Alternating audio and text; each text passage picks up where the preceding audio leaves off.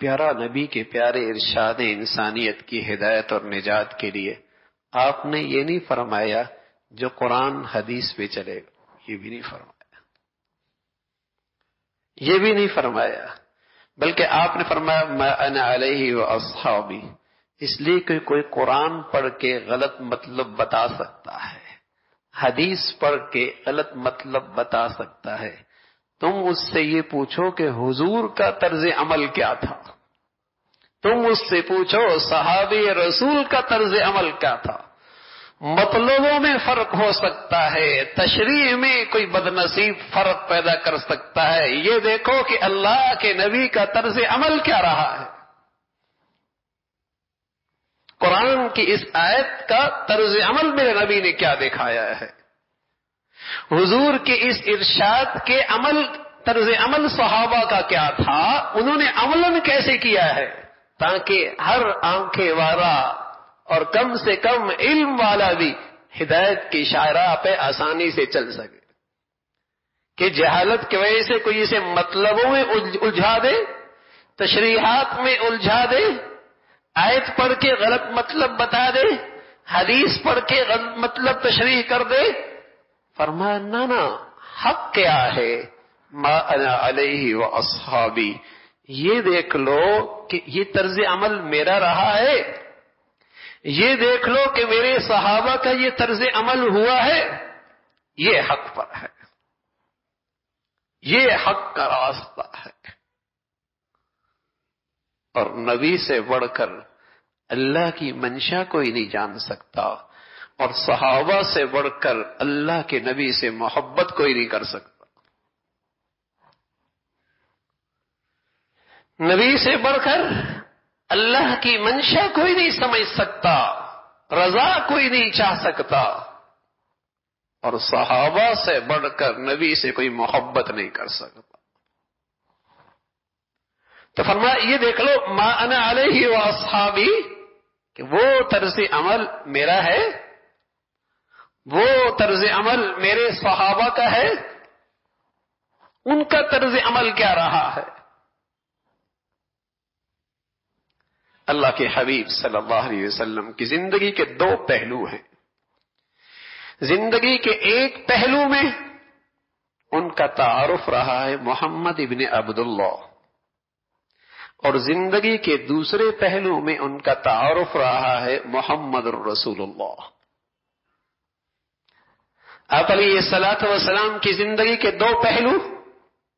ایک پہلو میں دنیا آپ کو پہچانتی تھی محمد ابن عبداللہ، اس وقت تک نہ کفر مٹا نہ کفر ٹوٹا، جب تک دنیا میں آپ کا تعارف رہا محمد ابن عبداللہ 40 سال تک، اس سے نہ کفر ٹوٹا نہ کفر مٹا، نہ امن اور سلامتی آئی، نہ حالات بدلے، نہ زندگیوں میں عدل و انصاف پیدا ہوا، نہ سوسائٹیوں میں اخوت اسلامی بھائی چارہ آیا۔ 40 سال تک آپ کا تعارف دنیا میں محمد ابن عبداللہ تھا، کفر اب بھی غالب تھا، کفر کی طاقتیں اب بھی قوت اور طاقت میں تھی، اور انسانیت پس رہی تھی، خون بہایا جا رہا تھا، امن و امان نام کی چیز کوئی نہیں تھی، آپ محمد ابن عبداللہ تھے۔ لیکن جب آپ کی شان آئی رسول اللہ کی، جب آپ کی شان آئی رسول اللہ کی، سبحان اللہ،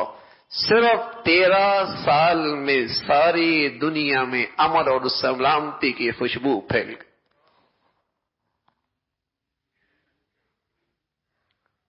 ساری دنیا میں امن اور سلامتی کا ترانے بجنے لگے، اور دنیا نے دیکھا کفر ٹوٹا بھی، کفر مٹا بھی، حق پھیلا بھی، اخوت اور بھائی چارہ بھی قائم ہوئی، اور ساری دنیا کی انسانیت کو سلامتی اور امن کی دولت نصیب ہو گئی۔ 13 سال کے اندر یہ تبدیلی، ایسی تبدیلی آئی، اور پھر آگے 23 سال کے اندر ساری دنیا کا خیر کا ایک انقلاب برپا ہو گیا۔ یہ کیا چیز ہے؟ میرے عزیزو، آج دنیا کو محمد ابن عبداللہ کی زندگی سے کوئی خطرہ کوئی نہیں۔ آج دنیا جس تعلیمات سے ڈرتی ہے وہ محمد الرسول اللہ کی تعلیمات سے ڈرتی ہے۔ اس کے تذکرے دنیا کو اچھے نہیں لگتے، دنیا کو اس کی تعلیمات برداشت نہیں ہے۔ محمد ابن عبداللہ کا تعارف، اس کی خوشیاں سب کو برداشت ہیں، لیکن جب محمد الرسول اللہ بنے، محمد الرسول اللہ بنے، آج دنیا اس کے تذکروں سے ہچکچاتی ہے، اس پر عمل کرنے سے گھبراتی ہے،